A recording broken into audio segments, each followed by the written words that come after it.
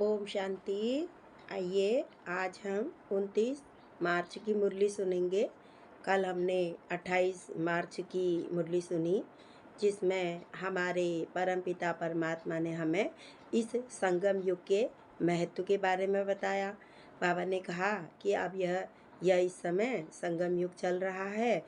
शीघ्र ही नई दुनिया आने वाली है और कलयुगी दुनिया का विनाश होने वाला है।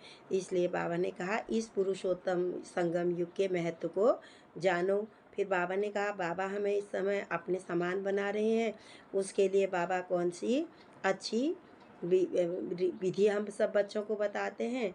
तो भगवान ने कहा कि इस समय तुम्हें आप कोई भी भूलें नहीं करनी है। भूल करना माना ही कि किसी को भी दुख देना है। तो बाबा ने कहा इस समय तो तुम इस संगम युग में पढ़ाई पढ़ रहे हो और तुम्हारी पढ़ाई का मुख्य उद्देश्य है नर से नारायण बनना। इसलिए तुम्हें इस समय अब दैवी गुण धारण करने हैं, किसी को भी दुख नहीं देना है। और जो परमात्मा हमें इस समय सुनाते हैं उन सभी बातों पर हमें अच्छी रीति विचार सागर मंथन करना है। और परमात्मा ने कहा जो और अच्छी तरह से विचार सागर मंथन करना है। और अंदर में जो 63 जन्मों से तुम्हारे अंदर भरा हुआ कीचड़ा है, जो विकार अंदर से भरे हुए हैं, उन्हें मेरी याद से तुम्हें इस समय निकालना है। फिर बाबा ने कहा hear no evil, see no evil, talk no evil. तुम्हें कोई भी व्यर्थ की बातें अब मनुष्यों से सुनने की कोई भी ज़रूरत नहीं है, क्योंकि स्वयं इस समय परमपिता परमात्मा हमें सत्य सुना रहे हैं। बाबा कहते हैं मैं ही सत्य हूँ, सत्य ज्ञान मेरे पास ही है। तो बाबा ने फिर कहा कि जो हूँ जैसा हूँ, गीता में कहा है मेरा परिचय मेरे सिवा कोई भी नहीं दे सकता है। जब परमात्मा स्वयं इस समय धरा पर अवतरित होते हैं तो तभी परमात्मा अपना और सत्य हम बच्चों का भी सत्य परिचय देते हैं।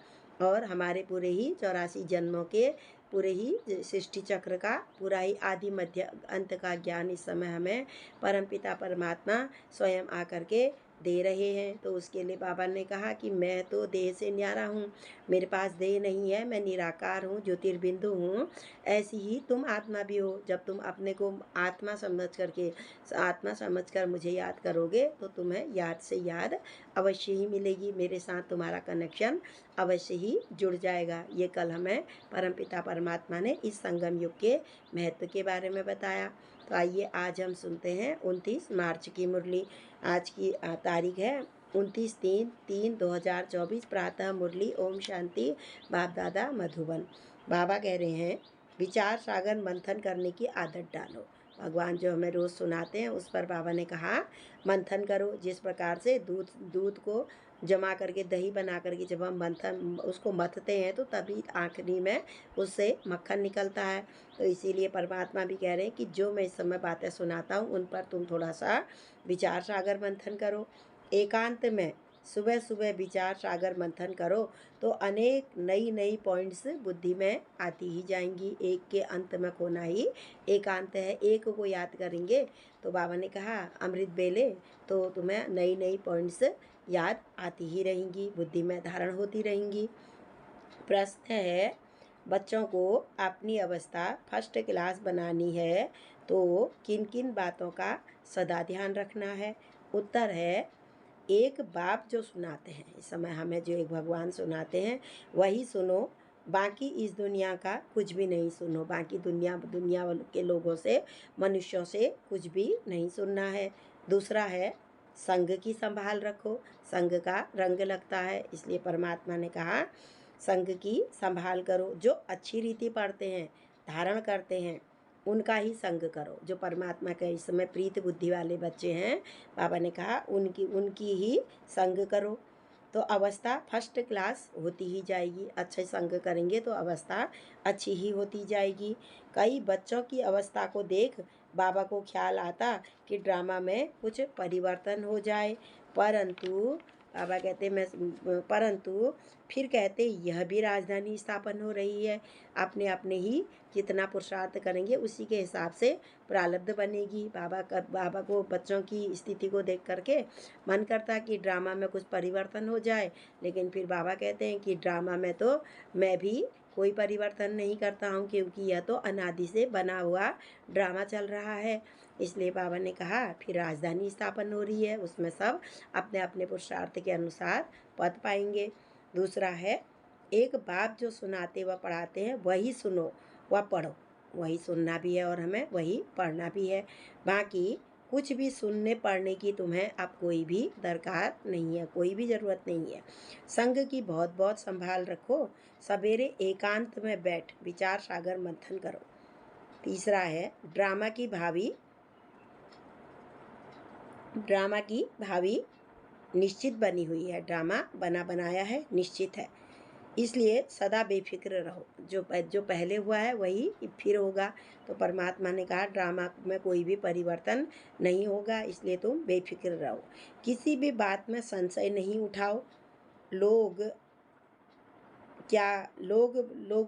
क्या कहेंगे, इस प्रकार से बाबा ने कहा इस तरीके से लोगों की बातों में कोई भी संशय नहीं आओ, किसी की भी लोगों की भी बातों की परवाह नहीं करो, लेकिन तुम ड्रामा पर अटल रहो। लोग कुछ भी कहें लेकिन तुम ड्रामा के भाव की भावी पर अटल रहो।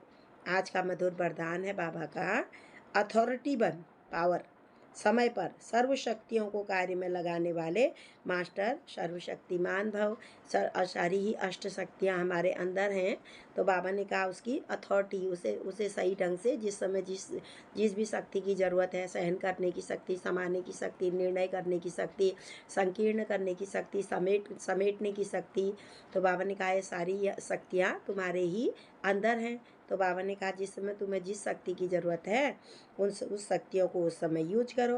तो बाबा ने हमें वरदान दिया, अथॉरिटी बन, समय पर सर्व शक्तियों को कार्य में लगाने वाले मास्टर सर्वशक्तिमान भव। सर्वशक्तिमान बाप द्वारा जो सर्व शक्तियाँ प्राप्त हैं, वह जैसी परिस्थिति, जैसा समय और जिस विधि से आप कार्य में लगाना चाहो वैसे ही रूप से यह शक्तियाँ आपके सहयोगी बन सकती हैं।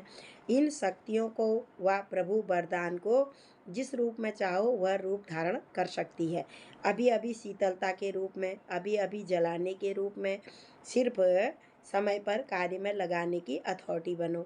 यह सर्व शक्तियाँ तो आप मास्टर सर्वशक्तिमान की सेवाधारी हैं, वह तो सेवा करने के लिए तत्पर हैं, लेकिन हम उन्हें समय पर यूज ही नहीं करते हैं। तो बाबा ने कहा जिस समय जो भी शक्ति की ज़रूरत है उसे आह्वान करो, उसे बुलाओ और उस शक्ति को यूज करो।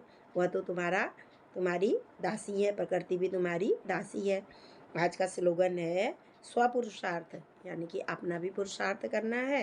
स्वपुरुषार्थ व विश्व कल्याण के कार्य में जहाँ हिम्मत है वहाँ सफलता हुई पड़ी है। हिम्मते बच्चे मदते खुदा।